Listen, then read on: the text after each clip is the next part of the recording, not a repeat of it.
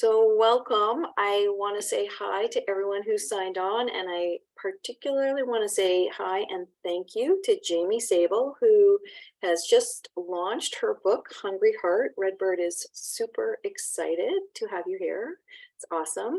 Jaime and I are friends and colleagues and have known each other for a really long time, so it's amazing to be here with you and to get to celebrate this moment and to get to learn from you. I think Redbird's been doing a series of things around nutrition and health and mental health, and this just fits so well with our year's theme around whole body health and wellness.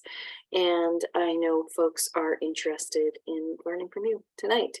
Jaime is a psychotherapist. She's an author. She's a mom. She is a singer, and she's a super smart gal. So get your pen and paper. If you didn't notice, we're going to do, it's going to be a little bit experiential, and I'm just going to hand it over to Jaime. Welcome. Thank you so much. Thank you, Barbara, and thank you everyone so much for coming. I know it's a evening and there's, you've taken your time here, so I appreciate it. There's a ton of content that I want to give you, and I couldn't even, oh man, there were so many more slides that I wanted to give you, but we will never get through it all. So I'm going to talk fast, just because I really want to give you everything that I have. But at the same time, I want to make sure that this is going to be a really valuable experience for you. And, you can take at least one thing from it. That would be great.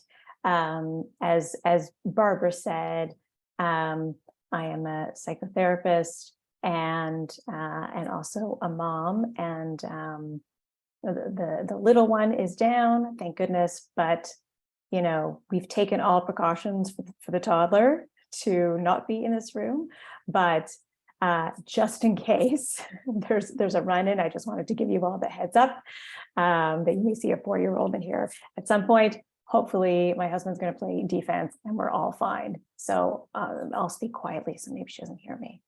Anyways, welcome again to Hungry Heart. Break free from emotional eating and develop a healthy relationship with food. This webinar is really based on the book, as Barbara said, that was released in July. It's in stores across Canada and Amazon. But I'm trying, as I said before, to give you everything that's sort of in there as much as I possibly can. So I really appreciate you coming. So if you've got pens and paper handy, let's jump right in. Oh, next slide. Here we go. Okay, so these are my nuggets right here. You can see this one here is the one that's going to be potentially running in. So just a heads up, lots of character there. But a little bit about me. So I'm a registered psychotherapist. I started my journey at a US-based organization called Wellspring Camps. And Wellspring Camps was an organization that was focused on tackling adolescent obesity. And so they had trained us to really do sort of a coaching module to address sort of the eating behaviors. And we were ready and prepped, and the first client came into my office and she sat with me and she talked about being bullied at school. And I sat and I listened and I took some notes, and then she left. The next client came in and started talking to me about her parents' divorce when she was very little, and some trauma in early childhood. We talked, I wrote down some notes. She walked out. The next person came in and talked about anxiety and depression. And after a full 2 days of this kind of happening, it sort of occurred to me, this coaching manual was not going to work. This was not the end all, and that this was an issue that was significantly more layered, complicated than just focusing on the food and changing our habits. It's a piece of it, but if we can sort of picture an onion, it's much more layered than this. And so that was sort of the outer layer of the onion. And so what I really want to do today with you guys is to give you a few more layers of what's underneath, and to be able to hopefully ask you some questions that's going to facilitate maybe some insight into your own habits and behaviors, to understand maybe what's happening underneath those habits, and also to be able to give you a little bit more of the tools and skills that you need to address really what's happening at the root rather than sort of at that surface level. So here we go. Just as an added of how I sort of got here as well. At the camp, ironically, I was super stressed. Our day was starting at 7 a.m. We were doing counseling sessions all day. We were actually in Squamish, BC. We were also taking the kids for walks because it was a all-encompassing mind, body, soul. Our day would go into midnight, and it was very, very stressful. I'm pretty sure I came into contact with a bear at some point, not getting a lot of sleep. And so a couple of counselors left, which meant more counselors, more clients were coming onto my caseload. I was doing group sessions, individual sessions. I think I was doing sessions during meal times. It was like bananas. And so at a certain point, I remember sort of the kitchen staff going, come here, and shoving brownies and Rice Krispie squares into my knapsack. They were healthy brownies, fat-free brownies and Rice Krispie squares. But when you have 10 of each shoved into your backpack, I think I walked out of that camp probably 20 pounds heavier than when I arrived. So, which just reinforced the fact that this is much more complicated. This is about mental health, and we need to understand what's at the root of this if we're going to come up with a sustainable solution. So that's a bit about me. So again, the goal here that I really want to offer you is to, again, provide understanding of your habits, of your own habits. And everyone's going to have, obviously, not everyone is the same. Everyone's coming from a different place. And so I really want to sort of give you as much as I can, but first and foremost, provide some insight into maybe what's happening for you and increase the awareness around what's happening really underneath. And finally, to be able to give you the tools and skills to both manage and prevent this and come up with a more sustainable, more compassionate lifestyle. Okay. I don't know if any of you have seen this, but I found this picture here. Stressed is desserts spelled backwards, which I love and makes perfect sense to me. So people aren't, everyone's different and everyone has their different habits, but I don't know anyone. I don't hang out with anyone. I am not one who binges on celery and carrot sticks. That's not me. That will never be me. I am going to go straight to McDonald's. I will get my Big Mac. I will get my French fries, my sundae with the fudge on the bottom and the top. And there's a reason why people turn to foods that are high in fat and sugar, because they temporarily block your stress receptor cells. That's why when we go to the ice cream or the chips or the chocolate, we get an immediate sense of like, there's like an immediate relief. And then the brain sort of makes that connection and goes, I get it. When I eat this particular food high in fat or high in sugar or salt, I get a temporary relief. That's the reward that you get. And so the next time you're in sort of a stressful scenario or whatever that cue is that sets you up for the behavior, your brain goes, don't worry, I know what to do. We're going to go to that food. Remember this time when you did that and that worked, that made you feel better. And so we do it again. And it's the relief that creates the reinforcement that results in what's called a habit loop. So the habit loop starts with a cue that sets us up for our behaviors. For example, my daughter's teacher called the other day. I was in the middle of session and I had a full day packed, and she said, "You got to come get her. She's sort of lying on the floor. She's afraid to go to the bathroom. Come get her." And I went, what am I going to get at McDonald's on the way home? And that was like my initial response. And then I sort of talked through it, because that is the connection, that the cue is the stressful event. The behavior is what we do to relieve, to cope with that cue. And then the reward is the response and the relief that we get.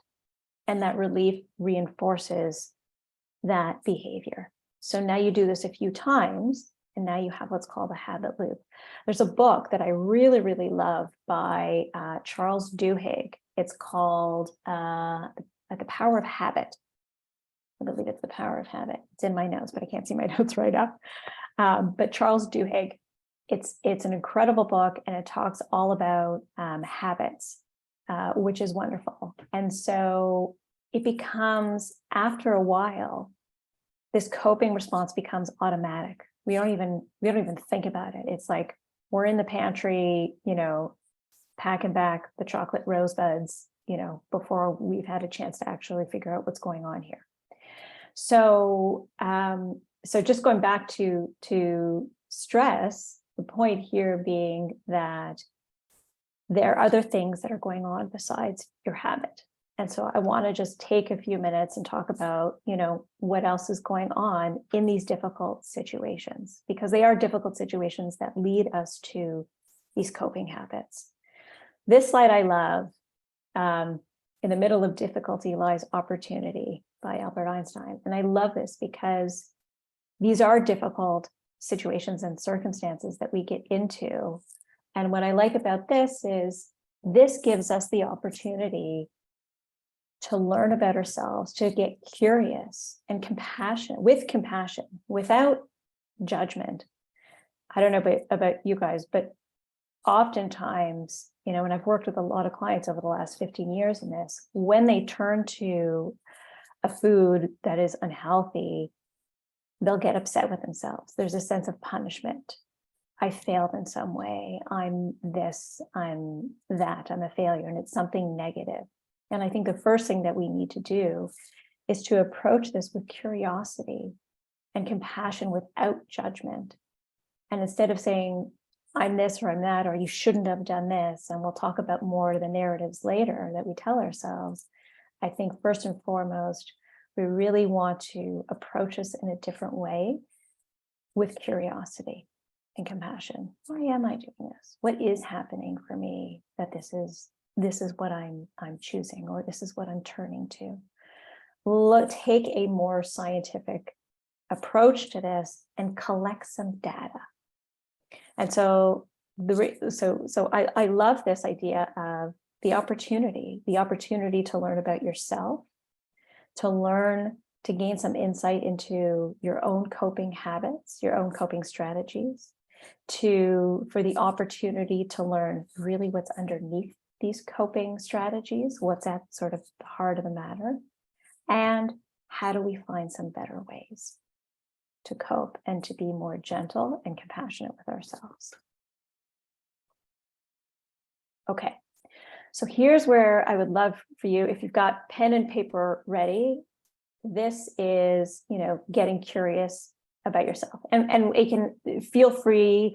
I think that the more that we can sort of talk about this stuff together, we can learn from each other, because usually there's a lot of similarities to what we're all going through. So, but in the meantime, just jot down, a few notes around, have you ever thought about what you're eating and why? What's happening? Do you know what you were thinking and feeling at the time you were choosing which food to eat?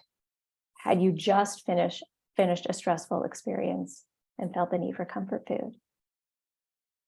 And just talking about the idea of stress and what is stress. Stress is something that is difficult. It's a difficult situation and circumstance that we go to that puts pressure on us, on our bodies, on our minds, and our hearts. And some part of us goes, this is too much. I can't do it. I need something to make this go away, and quickly.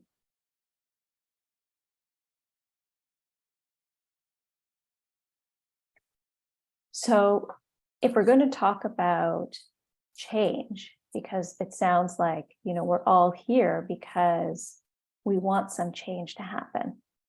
I want to give you, I love this pipeline that I had a long time ago, I found, and it works really well with this particular, with emotional eating. So I just want to walk through it with you. And this is sort of going to be the module for sort of the rest of the presentation. And in order for change to occur, there needs to be certain components that are open and are flowing. Imagine a garden hose. And if there's a kink anywhere in the garden hose, no water is going through. So no matter if the kink is here, or here, there's no water going through. And this is very similar to change. There are certain components that need to be open and flowing for change to occur. And some components can be sort of slightly kinked. Some can be sort of halfway kinked. Some of them can be like fully open. But the idea here is to gain some insight into which one of these buckets for you are open, which one of them are kind of slightly kinked and maybe need some curiosity and exploration, and which ones are totally kinked. So the first bucket is insight. This is really about, do you know what is happening? What is happening underneath the root of this? That's number one. Number two is motivation. To what degree is this impacting your ability to function in your day-to-day life? So for example, I had one client who came in and she said, doesn't impact my job. I can do my job. I'm very successful at my job. I run around, I play with my kids. Doesn't impact me there. My partner accepts me wholeheartedly. My cholesterol's okay. My blood work's okay. As opposed to someone else who comes in and says, I just had a heart attack. The motivation is going to be very, very different, right? So we want to look at motivation as well, because oftentimes people will come in, not oftentimes, all of the times, people come in and they say to me, I know what I'm supposed to be doing. I know the foods to eat. I know the physical activity I'm supposed to be doing. This isn't a knowledge problem. I know what I'm supposed to be doing, but I'm not doing it. To which I say, have a seat, get comfortable. We're going to be here for a little while. And part of where people sometimes get stuck is motivation. So we're going to look at that a little bit.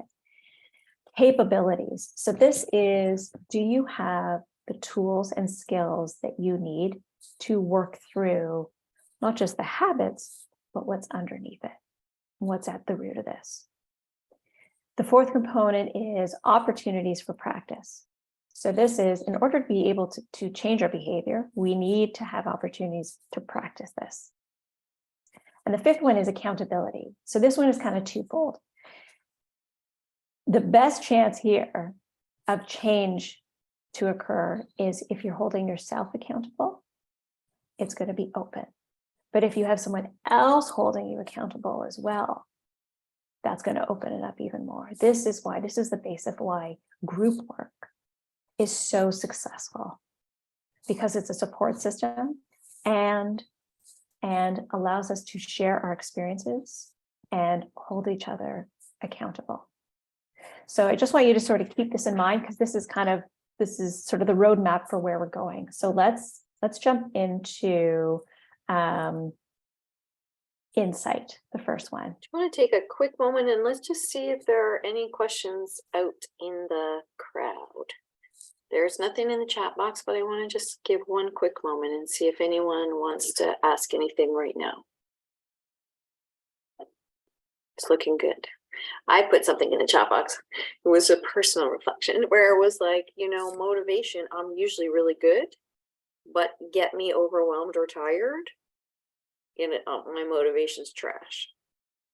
And it's like, boom, immediately at that second step, I'm done in for. Yeah, I can clock it. If Yeah. it a lot is stress, and there's a sleep component too, for sure. But if I'm stressed, I'm going to go to my eating habits, then I don't sleep well at night, then I'm irritable the next day, I'm not focused the next day, I'm short fused with people, and it's all a big sort of landslide, so to speak. Great. Jenny, do you want to hop in here? We've got a couple people with questions. Sure. Jenny? I was just looking at the slide there and looking at the questions and wondering about if you ask yourself questions in terms about the impact on one's health and energy levels and that sort of thing, or does that kind of tie in with the last question on the slide? I think that's a part of it as well, for sure. Not just and personal, like personal effects, right? Self-esteem, beliefs about yourself, all of it. So yeah, jot down all of those impacts. Do your behaviors or thoughts interfere with your family or social life? I had one client who said, like, she feels so left out and disconnected from her family because her kids want to go hiking, and so she ends up missing out on that stuff because her husband ends up spending the weekend going hiking or skiing with the kids, and she can't do that. Would you be happier without your behaviors or thoughts? What would be different, and describe how your life would be different without some of your habits. And we sort of mentioned a little, a few, just thinking, certainly for me, it's, more energy, feeling more confident, more self-esteem, more compassionate. I see. Susan. Sorry. Yep, Susan had her hand up. I see. Got a question. Hi there. You said something earlier that fats and sugars temporarily block something, which leads to stress receptor cells. Really? Yeah. Okay. Yeah. I Helen remember was reading also Thank you. acting about that. Do you know more about how that works? It's in the book. Okay. It's in the book. It's in there for sure. Excellent. But yeah, I remember reading and going, well, that makes sense. There's literally a biological component here that's happening, right? And it makes sense. Perfect. Thank you. Yeah, of course. So this is the motivation piece. So again, think about, for you, what are the short-term pros of changing, just to give us some sense of, like, where your motivation is. Short-term pros: sleeping better, more energy, time, to play with my kids, better focus during the day, feeling better about myself, less stomach aches. What are the long-term pros of changing? Live longer, better relationship with my kids, being able to play with them longer. I mean, I'm 45 and have a 1-year-old. There's a lot of energy that is still required of me for a lot longer. So think about, what are those short-term pros of changing? What are those long-term pros of changing? And what are the short-term cons of changing? What are the long-term cons of changing? And maybe just take a couple minutes and think about that, right? Cons, short-term, taking the time to go to the grocery store and prepare meals, or taking the time to go for a walk when we're so busy. Like, our lives are so busy. Taking the time and reaching out to a therapist and having to be vulnerable and explore what's happening at the root for you, and being able to do that work and go to some hard places. That's hard. That's hard stuff. And is that getting in your way of making the change, of being motivated? So One just of the big cons in my mind is the fear of loss of social connection. So much socializing at my whatever middle age is food and drinking. And so to make those changes, I'm like, oh, I kind of don't want to be that person who's like, oh, I can't have this and I can't have that. And, I love being like, yeah, let's do it. Go out, dig in. So Right. I worry a bit about feeling displaced socially. Yeah, and that's a good point too, right? Because so much of because social connection, and we'll talk more about social connection a little bit later, is so crucial for mental health. I mean, the basis of mental health, from my viewpoint, is disconnection from ourselves and from others. And so we need social connection to survive and to thrive. And so this isn't about, perfection. I got to be perfect and eat well all the time, or I'm going to eat at home first and then I'm going to order a salad there. This is more about healing what's on the inside, and being mindful of, you know what, I am going to go out. I'm going to go, I'm going to go to the party and I'm going to enjoy myself. And tomorrow's a new day. We're not looking for perfection, right? We're looking for self-compassion and some mindful decisions. Do I not go to McDonald's anymore? No chance. I think it's probably me that rallies the troops together, the other kids, to go to McDonald's. But this is not about perfection, because I think what happens is when we go to perfection and we're aiming for perfection and we fall in some way or we make a mistake, then we go, see, can't do it.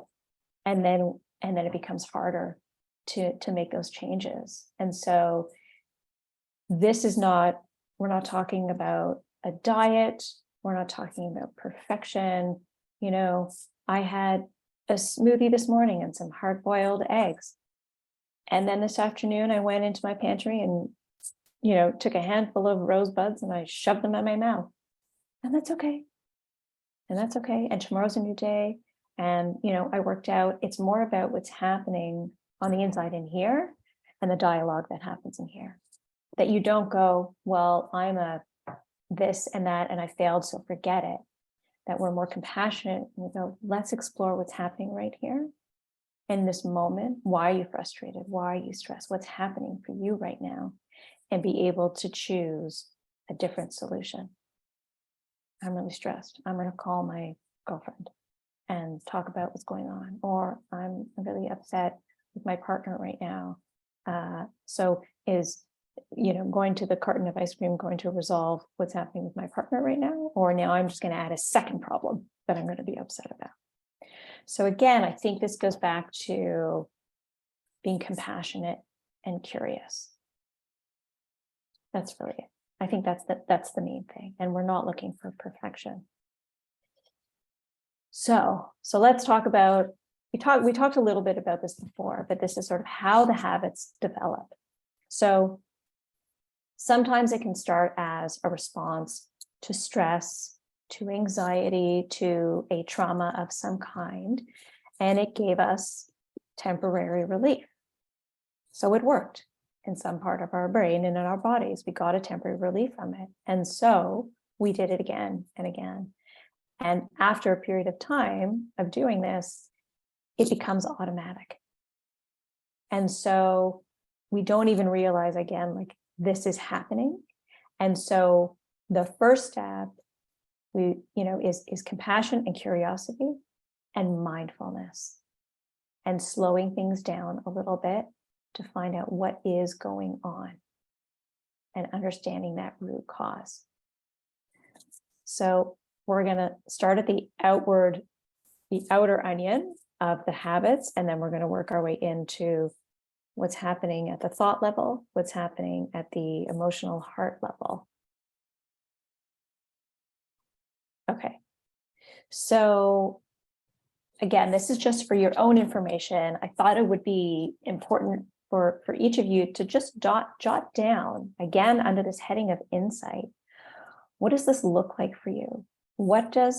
So that we can start to get some signals. So, it's almost like if you can imagine a traffic signal, right?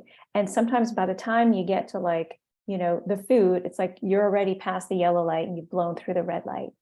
If we can get more insight into what's happening in our body, because usually that's where it shows up first, that's our yellow light. And then we can sort of intervene and go through a process that can lead to a different decision. So I just want you to sort of have a look at this screen at the body and see if you can jot down for you, where do you experience stress? Is it headaches? Is there tension in your head?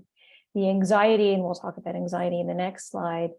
This is worry. This is worry and thoughts about and fears about something that is going to happen in the future. It sort of looks like, if you could speak to yourself, if this, then that's going to happen. So if you ever sort of hear yourself sort of saying, well, what if?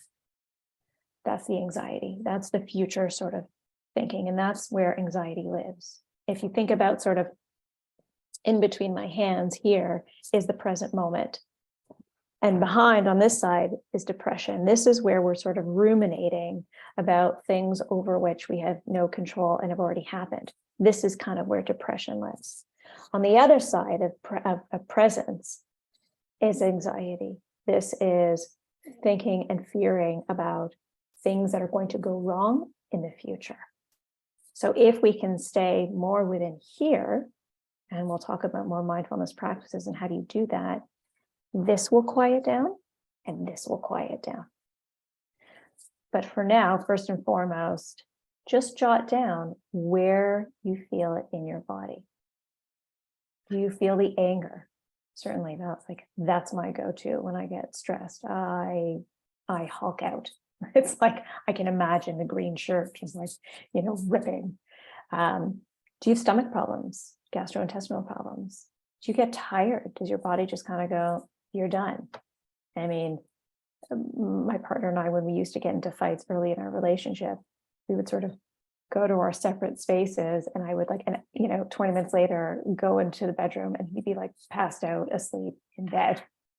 What's going on? His body will literally shut down. Do you get muscle tension, apathy, trouble concentrating? So just jot down some notes about what happens for you if you can identify it, because once you start feeling it, then you can sort of catch it sooner in the process.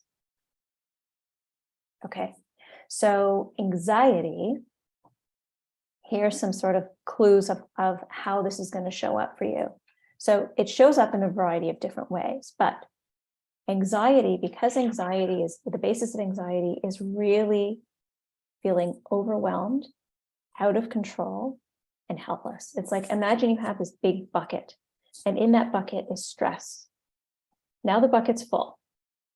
Now imagine pouring more on top of that. That's where then it sort of graduates into anxiety, where it just everything becomes completely overwhelming and out of control. And so oftentimes the anecdote that people try to engage in is, well, if I'm feeling out of control, then the answer is to control. So I don't know about you guys, but for me, it's furiously cleaning up the house. And I go to cleaning. I go to cleaning whenever possible. But controlling events, people, difficulty sleeping, either falling asleep or staying asleep, feeling agitated or angry. I think I can go through all one of these and go, yeah. Defiance or other challenging behaviors. Yes. Having high expectations for yourself, for work, school, avoiding activities or events in school. Again, this is just sort of, as you're looking through these, jot down which ones you can connect to.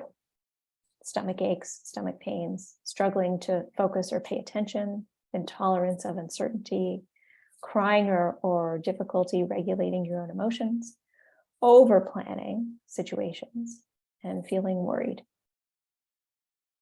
So again, just jot down where that happens for you so you can get a little bit more insight about what's happening. Okay. So this is where I definitely want you to start jotting down some notes. So understanding your habit. So can you describe your habit? For example, I'll give you an example.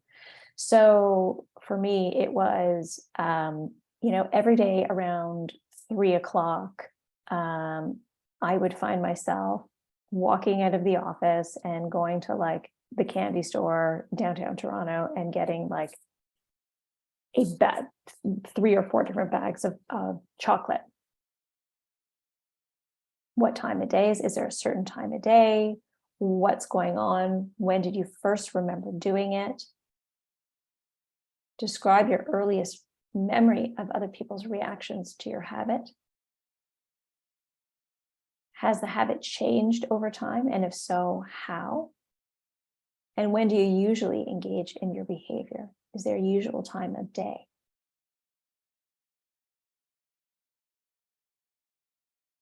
Does anyone want to share a little bit about what happens to them?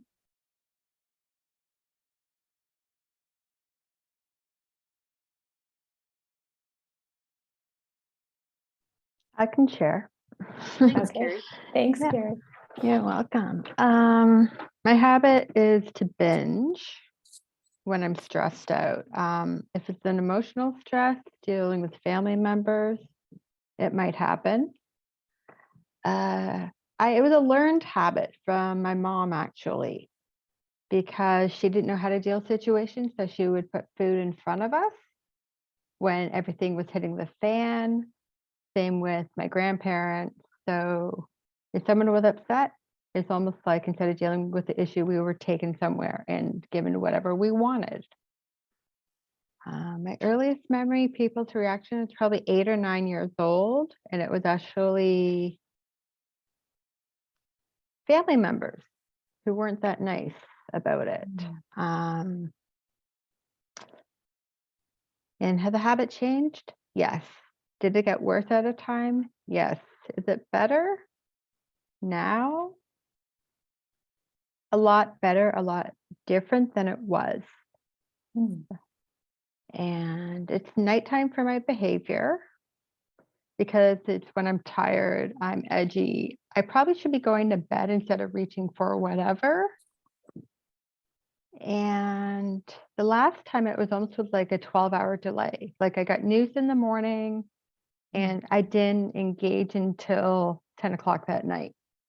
So it's almost like my body was aware, but then I got to that point of overthinking, stress, and I reached for something, well, I would consider a binge to have. So it's like I'm tracking it. I knew like the next morning I went, okay, that was because of what I heard in the morning. I know what it's from. Now it's called, okay, can I break the link somewhere between it? Yeah. Yeah. So there's, which is amazing. Thank you so much, Carrie, for sharing that. This is not an easy one. I've So, been working at it for like 10 plus years. So yeah. I still go to Sheena's place to help with my programs there. So yeah, lots of work. Yeah, lots of work for sure. And it sounds like there's much more insight that you have now. Which is amazing. But it sounds like you're still exploring, still wanting to do more work on it, which is amazing. Yeah. So thank you. That's awesome. Yeah. And We're getting some really interesting folks comments joining Carrie and talking about nighttime. Like I can lots of people are saying I can make it through the day, pretty good healthy eating, and then I sit down to relax at the end of my day and then hoover it in, right? And how hard that time of day is for folks. And Jenny is just saying sometimes she'll have a cup of tea in the evening to try and not reach for snacks to curb that. Yeah.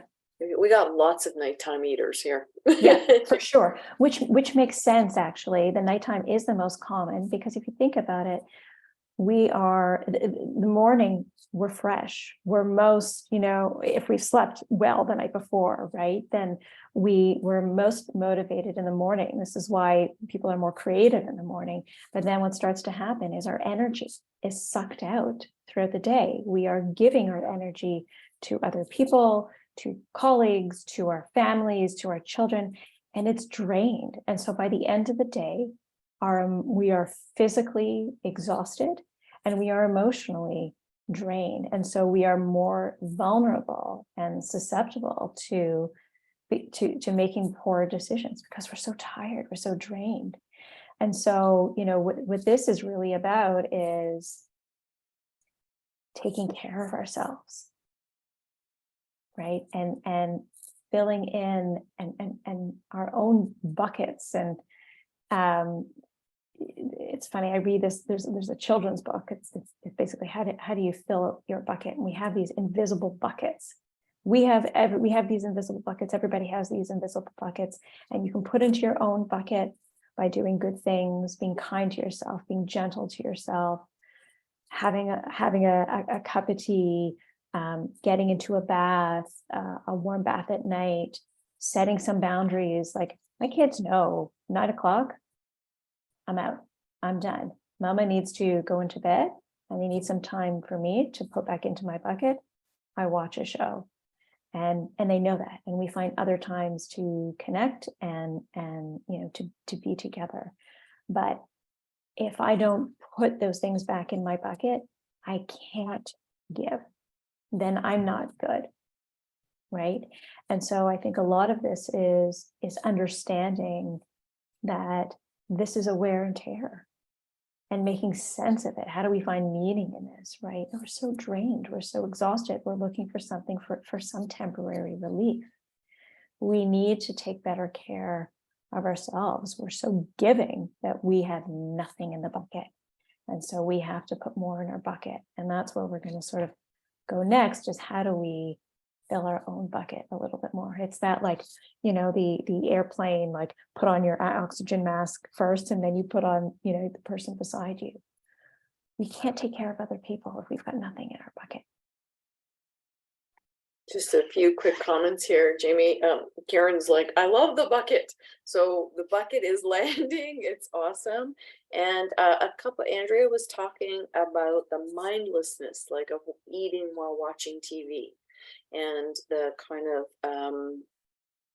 harder it is to make conscious choices around what we eat when we're busy, distracted with something like TV. And Susan mentioned, like, how we have so many images in shows that we're watching, people eating, and a kind of implicit cue, actually. When you were just thinking about that diagram you showed us. Cue and humor.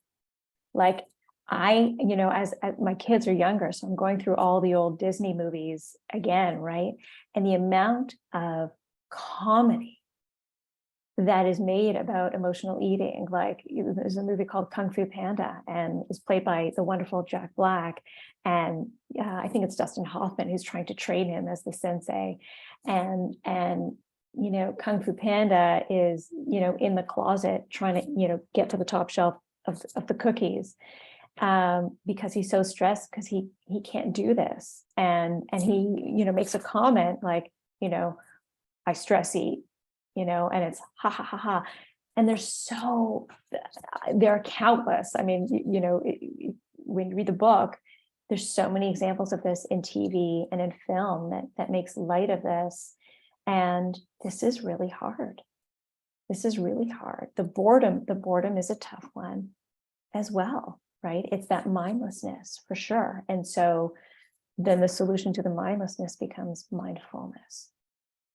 And what practices do we need to start doing and practicing on a regular basis to become more mindful, to be able to create more space? Because oftentimes what happens is our brains happen so fast that we don't even know what's happening. It's like, when you think about driving, for example, you don't get into your car and go, okay, I'm going to put the hand on the 10, I'm going to put the hand on a 2, and I'm going to check my mirror, and I'm going to put the seatbelt on, and you don't go step by step like that.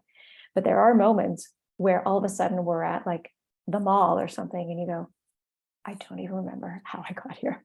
And we're just there because some things become so automated and it happens so quickly that we don't realize what's happening. And so part of this solution is to slow things down. We need to slow things down in our minds and in our bodies and our souls to create more space between the trigger and the response so that we can catch it early enough and go, you know what? Okay, so I got to go pick up my daughter and probably sit on the toilet with her for a while, and I'm going to have to cancel my session. That's okay.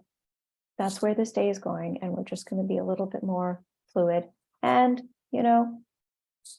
I'll call my therapist later and we'll talk about it later. Or, I'm going to have, instead of going to McDonald's, I'm going to have some popcorn instead. Again, we're not looking for perfection. We're just looking for more mindfulness to make better decisions that are more compassionate to ourselves, to our minds, to our bodies, and to our hearts. Does that make sense? So far, so good. Okay. So understanding your habit, a few more questions that I just want to, put out to you guys. Is there a particular place that you engage in your habits? I think we certainly come up with a theme of like nighttime for sure. What else is going on when your habit shows up? Tired, stressed? Did you just, have a fight with a partner? Did your mother, say something nasty to you? Whatever it is. What effects do other people's reactions have on your habit? Is it criticism? Is it blame? Is it a lack of support? What does that look like? And how does that in turn impact your sense of self, and how do you feel?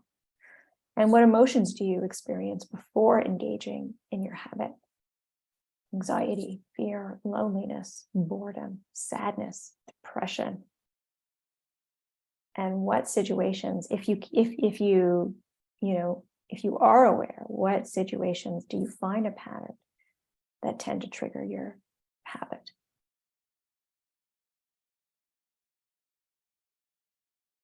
And if anyone wants to share, because I think when we share, which is great, then someone else goes, oh yeah, me too. I do that too. Yeah, now that I think about it, I do that too. So if anyone wants to share. Susan. Oh, I think you're on mute, Susan. Can we unmute Susan? How many years have we been doing this now? I got another emotion to add to your list there, and I just noticed it, I don't know, a little while ago. It's embarrassing. I felt really good to eat because that was how I felt good the last time. Like it wasn't even as obvious as a celebratory eating. It was more like, well, this is, I feel good when I feel this good when I eat. So I should be eating, shouldn't I? That's a kind of a weird question around something good that makes me want to eat, which made me feel good in the past. Mm-hmm. Yeah. It's really, It feels like you can never get away from it, no matter what. yeah, it's really hard. And again, I don't know if this is so much like, I think part of this is expectations. Like sometimes I have people come in and they're like, oh, I want to just, come up with a solution and then this is done. And, I've been struggling with this forever and getting, like Carrie, been getting better at it. But I think this will always be my go-to. And I think, nobody goes unscathed here. right? Everybody gets something that they're going to have to work on. And I think it's sort of, we're designed that way so that we can continue to grow. And I think that goes back to that, in difficulty lies opportunity to grow and to get better. And so it's sort of a resignation and a surrendering to, okay, this is going to be my thing, but I'm going to get better at it. And I'm going to keep working on it. And I'm not going to win 100% of the time. But if I shoot for the moon, right, maybe I'll land on the stars. And that's okay. I'm okay with that. And I think it's more about, Sorry, to celebrate the victories that we do have. right. Lived alone for years and years, and I ate in front of the television, and it took me 2 years to break that habit. And I don't eat in front of the television anymore. Now I'm with somebody, but before that, even it was too. I would finish my food and I'd want more because I didn't taste it. I didn't notice it. So I think just to notice when we've made steps forward, Yeah, and not just notice it. And like you actually, I loved what you said celebrate it. Right. I actually, every time, I make a smoothie or I get off the treadmill, and this may sound silly, but I literally do this. Right. And it does. I think we do need to recognize, right, ourselves. I think we need to be our own sort of parent in a sense of the same way that you would to a child. And my daughter, I picked her up today and she said, I pooed today at school, and it was like, I'm so proud of you. And yes, we should be doing that for ourselves as well, right? Because then when you do that, right, it's reinforcement. It is now a new sort of habit that now we have a feel good experience. And now I'm going to do that again because that felt so good. I'm going to do that again, right? I remember I was working in an office, and again, it was sort of around that 3 o'clock time, and I was so tired. And I'm like, I'm going next door to the pharmacy. I'm getting myself a chocolate bar, and then I would wake up. And then I sort of started to explore this habit loop. What really are the cues? And equally important, what are the rewards that I'm getting? And as I started to explore, what I realized was I was getting up from my desk and walking away. And so my body started to actually move, and blood was flowing, and it was sort of waking me up. And so it was giving me more energy. The other thing that I realized was that by going over to this pharmacy, it was like a little family-owned pharmacy, and they were so lovely and so sweet. And so there was a sense of connection that I was getting there as well. And so I went, okay, so here's what I'm getting. So how about instead, I'm going to throw on my music. I'm going to go for a walk around the block to get the blood flowing and go over and say hi. And usually once I sort of put that system into place, I felt great, and I didn't need to do it anymore because I was keeping the cue. And this is really sort of the premise around the habit loop in his book. He talks about keeping the cue. The cue is the same. The rewards are the same. The behavior changes. Another plug for that one. Okay. Karen, you had your hand up as well. Yeah, I was just thinking about what I guess Susan was saying. Just, one of the things that I've learned along the way is talk to yourself like you would talk to a friend. So if a friend came to you with their problem, like I have a friend who's an alcoholic, and when she falls off, the wagon and she's struggling, I don't say to her, well, why are you doing that? And why are you allowing that? And, why are you failing? Why am I saying that to myself? Like, why can't we be more gentle with ourselves and give ourselves the same compassion we would give our children or our friends or our family or whoever? You don't talk to other people that way. Why are we doing it to ourselves? Like, that's a big struggle for me. It's the self-talk that's like you're saying about the failure, and you feel like a failure, but why can't we be more gentle with ourselves and, find your way back and give yourself, but look how many days you went without doing that. Or, I would say that to a friend, like, yeah, well, but you've done it for 60 days. So, you can do it. So it's just one blip and tomorrow's a new day. And so why can't I say that to myself? So that's my struggle, I guess. Yeah. And I think I love, you say why, like, again, sort of through that lens of curiosity, what's happening and what's happening underneath that, right? That you can't be compassionate.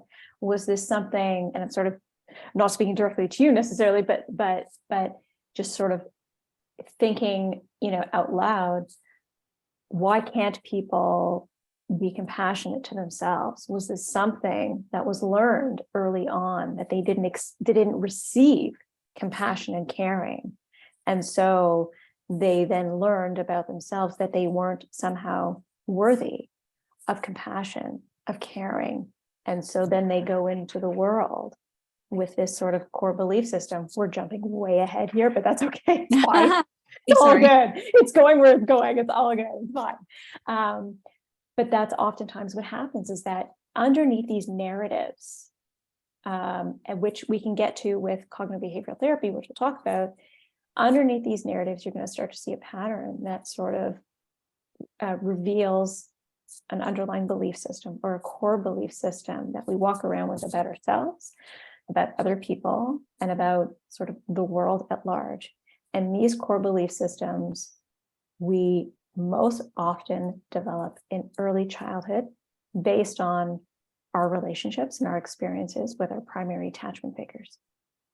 If there is a secure relationship there and your parents tell you you're amazing and they do praise you, they do teach you compassion, they do say, take a break, let's go get a massage together, let's go lie in bed and snuggle up together and just, relax, take a break. And they're supportive to you, and they're comforting to you, and they're soothing to you. You then learn, the takeaway is, I am worthy of love and acceptance and comfort and support. And you learn that. If, on the other hand, you didn't receive those messages, there isn't a consistent or a recurring a tendency or experience in comfort and soothing that you experience and you see as well, right? Like, to your point, I think someone said it earlier, I watched my mother do it, right? We learn by watching, right? That's all that we know.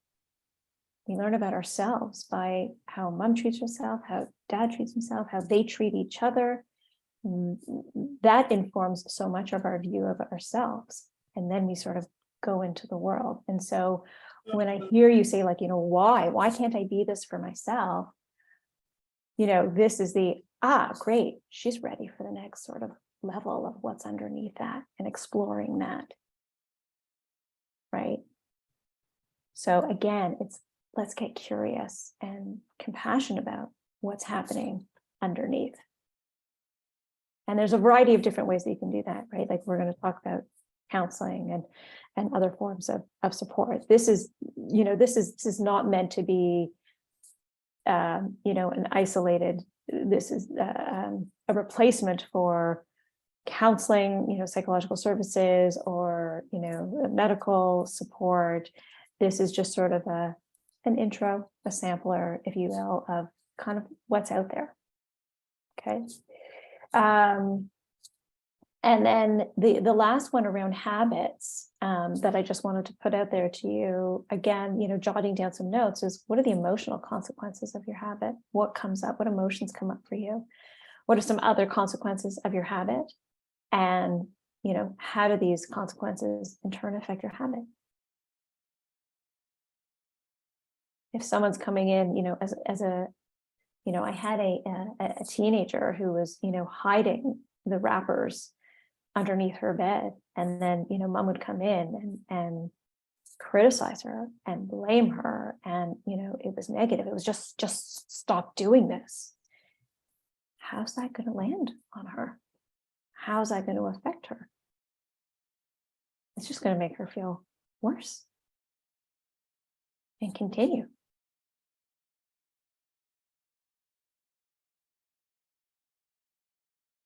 Okay, so going back to that, that pipeline for change. Hopefully you've got a little bit more information, where you are, how kinked you are in the insight, how kinked you are in the motivation. And now I want to go into kind of the tool, that third bucket of tools and capabilities. So if we're talking about mental health, right, and the food becomes the coping strategy, right, then we need to address mental health. And so these are sort of the 10 different ways in which I have found, over the last 15 years, 20 years, that have been helpful in terms of mental health, of self-soothing, of comforting, and putting that energy back in the bucket. So physical activity, we're going to talk about meditation. When we were talking about that mindfulness, journaling is a great way. We're going to talk about gratitude, but actively practicing, we're going to talk about how to do that. Social connection, we sort of briefly talked about. Hobbies, sleep, we touched upon. Nutrition and spirituality, and then we're going to end on counseling, because that's where we can really peel away that onion. So physical activity. Here's why physical activity is so beneficial for a number of reasons with respect to mental health. Number one, it releases cortisol. This is the stress hormone. I get on the treadmill sometimes and I'm like, literally, like my shoulders are up to my ears, and I can get off and go, bring it on. Bring it on. Number two, physical activity also produces dopamine, which is that chemical that's associated with productivity. It's another feel-good chemical. It gives you a sense of accomplishment. And the third piece around this is that physical activity also produces testosterone, which is connected to confidence. And so for so many people, the stress and anxiety, if we understand, is the basis of sort of feeling overwhelmed, out of control, and filled with self-doubt. Testosterone is the opposite. Testosterone is the confidence. So whatever form of physical activity you connect with, you want to take a dance class, amazing. Dance also happens to be incredible for memory and cognition. Great bonus. But whatever you enjoy, and it could be just start with go for a 10-minute walk. This doesn't have to be a major intense thing. You don't have to get a gym membership. You can just go for a walk around the block and start there and put on some music that you really enjoy and take that time for yourself, because part of that is taking care of yourself and carving out that time and saying, I am deserving of this time to myself and this time to take care of myself.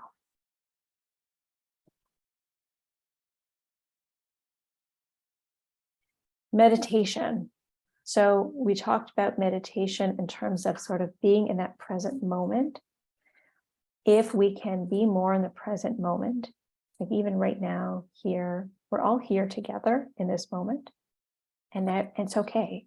We're all okay right now. We're here, we have each other. Everyone's okay in this moment.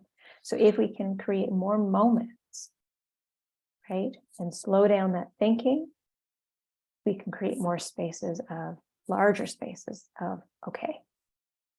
There's different forms of meditation. So I wanted to give you a few of them because, again, people are going to connect to different types of motivation. So there's guided meditation. And again, feel free, if you have others, feel free to share.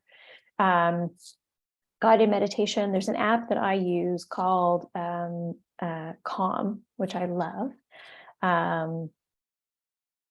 It's just guided meditation. You're just sitting and listening. Some people are a little bit scared to do this because like, I don't know how to do it. I don't know what I'm doing. Don't need to do anything. You just need to sit and listen. And hopefully Matthew McConaughey or what's his name? Morgan Freeman is the voice behind it, which is pretty cool. There's mantra meditation, which is sort of silently repeating a calming word, thought, or phrase. Oftentimes, and I find because it's nighttime, we're not doing things anymore. This is part of why nighttime is a hard time, is because during the day, we're preoccupied, we're busy and distracted. When we're finished at nighttime, between work responsibilities, family responsibilities, that's when, like, you know, the mic goes on and goes, is this thing on? And the brain starts to go, right? And so this is where we sometimes crawl into bed at night and the mind is buzzing. So mantras that I've used could be on the inhale, repeating I am, on the exhale, okay. Again, on the inhale, I am okay. Or I find with people who are in an anxious state, anxiety state, I am on the inhale, safe is another common one. Breathe in, breathe out is one I'll use as well for the mantra meditation. Is there anyone here who does meditation, that mantra meditation, that they found one that they really like? Calming word or phrase that they want to share?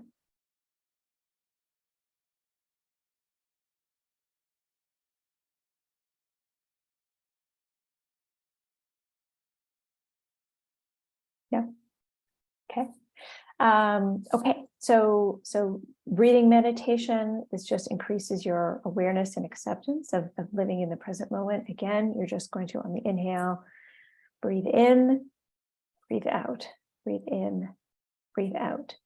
So Linda offered one here. Oh, Sorry to okay. interrupt. She Yeah, said yeah. the only way out is through. I love that. Mhm. Yeah. I love that. The other one I do actually is, I forgot, thank you for reminding me, that actually triggered me. So be here right now. Just be here right now, which just again focuses on just the here now. Sensory meditation. So this one's a really interesting one. So this one, on the inhale, you would do see in, see out, see in, see out. And I've done this one on, sometimes I'll go on a walking meditation. And it's been really interesting because what it really does is it sort of hyper focuses your visual senses. And it sort of quiets down all the other ones, and you start to notice things that you didn't notice before, which is really, really interesting. So you can do the same thing with here in, here out. I mean, I was walking through my own neighborhood and I'm like, I hear a train track, like I hear a train. Why do I hear a train? And like, I live in North York. Why am I hearing a train? What's happening? And then, I remember there was like a subway, a few blocks away. But it was just really interesting that I never actually heard the sounds of the train before in my neighborhood. So that's one as well. Yoga. A lot of people really love yoga, a series of postures and controlled breathing exercises to promote flexibility, calm, and body. The body scan. I love this one. This one helps me at nighttime for sure. I start at the top of my head, and I just sort of, as I'm inhaling, I'll sort of go, okay, head, and I'll scan for any tension. And I'll do sort of 3 breaths just on the head and look for any tension. And then I'll go to the forehead, because sometimes I just sort of feel the tension in here. If there's tension, what you do then is you breathe in, you imagine air coming in and the air going right to the place of the tension. That's sort of, if you can visualize your muscles, visualize the air kind of going in and just breaking it up and releasing that tension.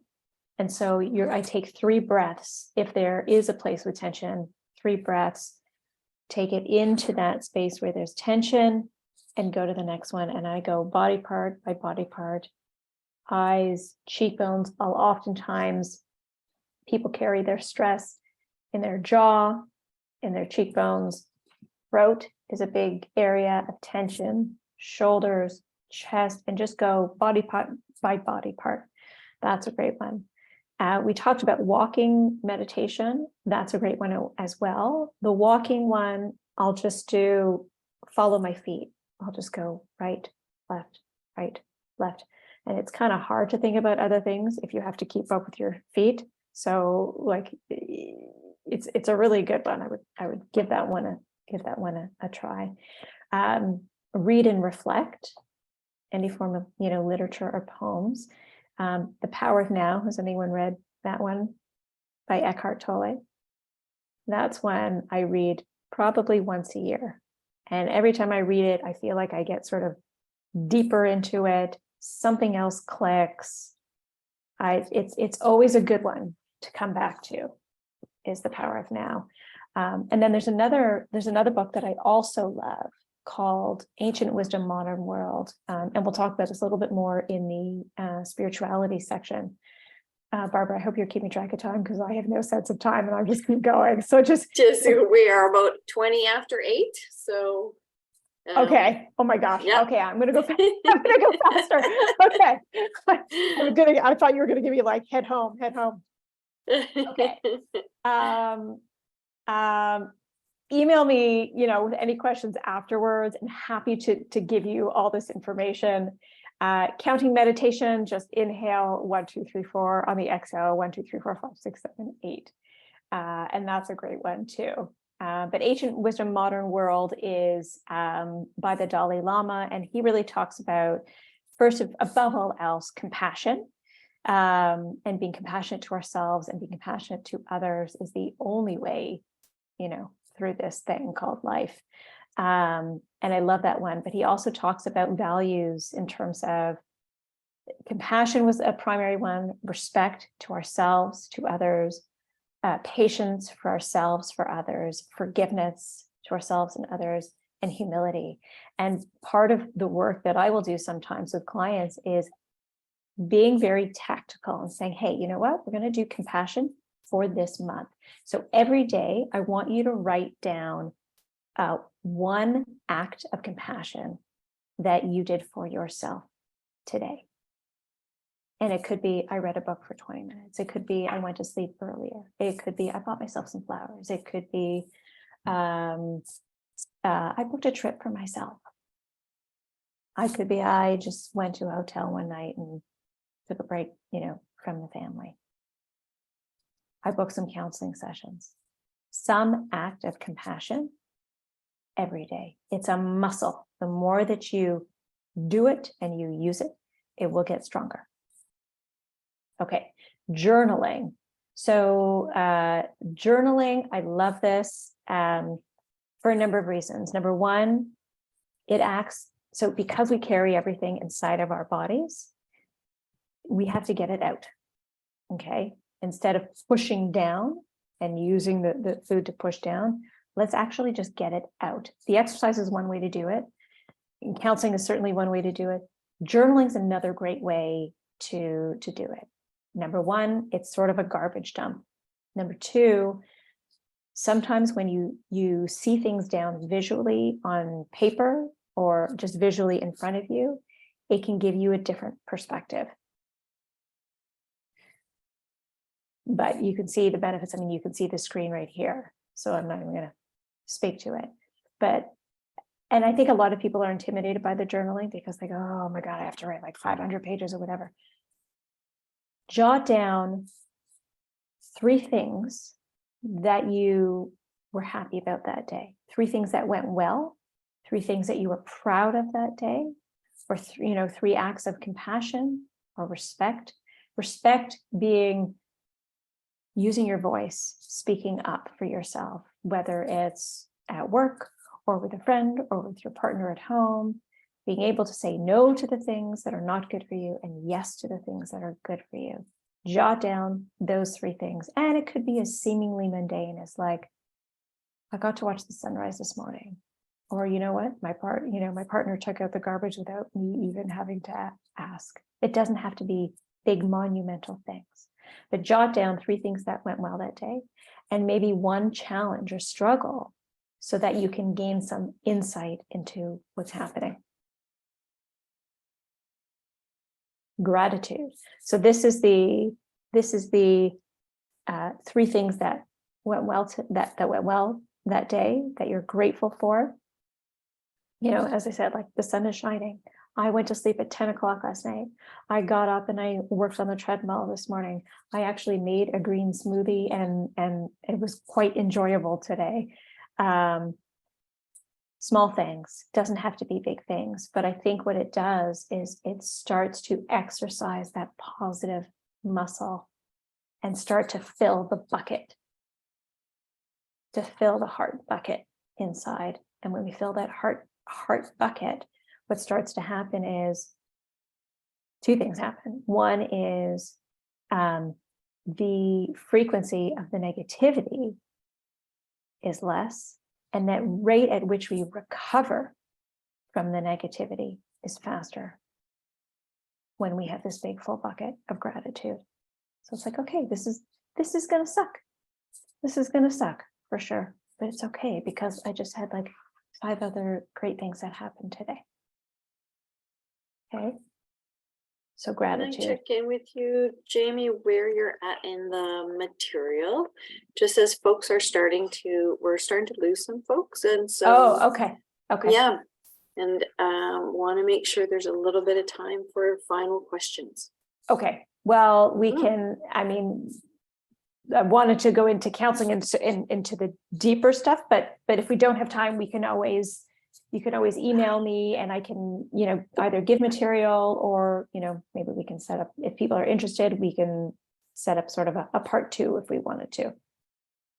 Okay. Because I did want to cover, just talking about that onion of going into the thoughts, the narratives, the specific thoughts and narratives we have. I wanted to get into that underlying belief system that people have, but if we don't have time, we don't have time. It's okay. I'm sorry. I tried to speak fast. You've been doing great. It's awesome. It's awesome. I think it's end of the day and evening for folks, and we want to stay within that 1.5 hour time frame.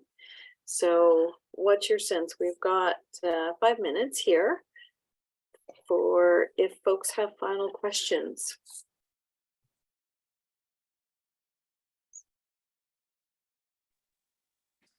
I don't have a question, but I want to say something about gratitude. I've pursued a lot of different spiritual paths and stuff over my lifetime. And I can say unequivocally, that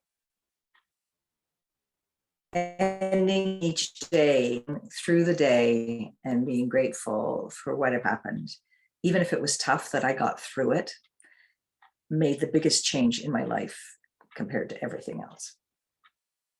I highly recommend that. Mm. Yeah, agreed. Agreed. For sure.